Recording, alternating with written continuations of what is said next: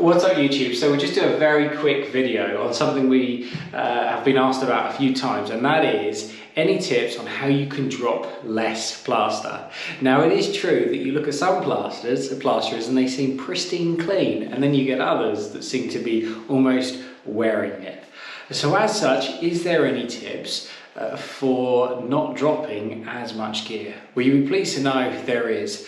And we've selected probably 7 or 8 tips which make a real big difference to help you not drop so much plaster on the floor.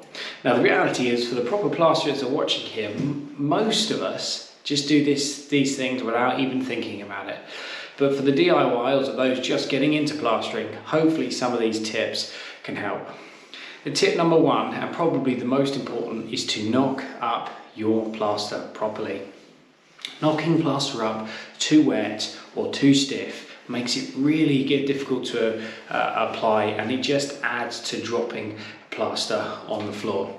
In another one of our videos, I think it's on how to plaster a room and also how to plaster a wall, we mentioned about 1 bag of plaster should have about a black bucket and a little bit of extra water in it. So tip 1, knock your plaster up properly.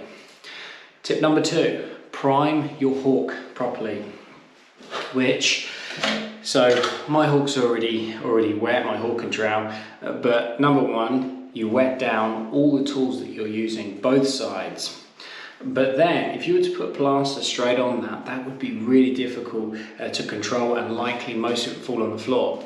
So you have to prime the hawk and trowel with plaster. The way you do that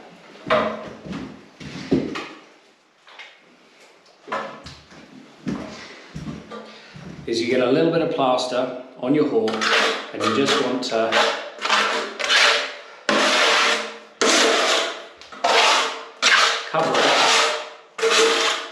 cover your hawk and your trowel in plaster, and then you can get rid of that.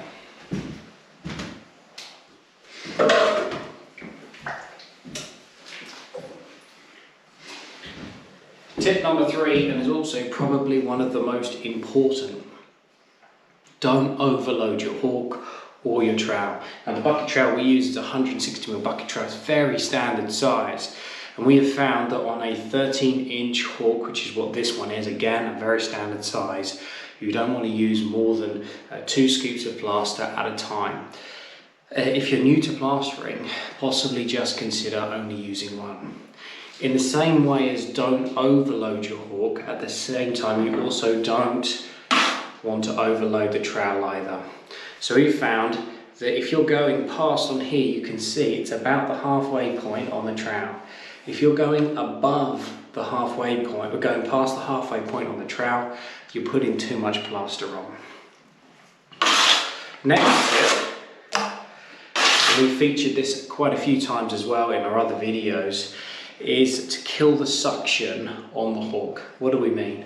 Well, imagine that we've just put this plaster on the hawk, and then you just want to give it just a little shake just to take out the suction in it. What that'll enable you to do is to turn the plaster upside down, and you could leave that there pretty much all day, stick it under your head, and you'll be fine. Now, most plasterers do this without even thinking about it. Every time we put plaster on the hawk, just give it a little shake. The next tip to use, which makes a real big difference, is to constantly have the hawk and the trowel working together. What do we mean? Well, if the plaster is not in the best place for you on the hawk, just spin the hawk around and just move it around so that you can get the plaster where you want it to be. An awful lot of plasterers, when they first start, or DIYers, they think the trowel is doing all of the work. This is not the case. It's 50-50 between the hawk and the trowel. Your hawk should be moving just as much as your trowel. Even cleaning off your hawk here, you can wipe off the hawk onto the trowel. So to remember that your hawk does just as much work. Another tip that we recommend, and it seems a bit of a funny thing, is to clean up the plaster as you go. So no plaster is perfect, and we do drop plaster from time to time. But if you do drop some, clean it up. Why do we say that?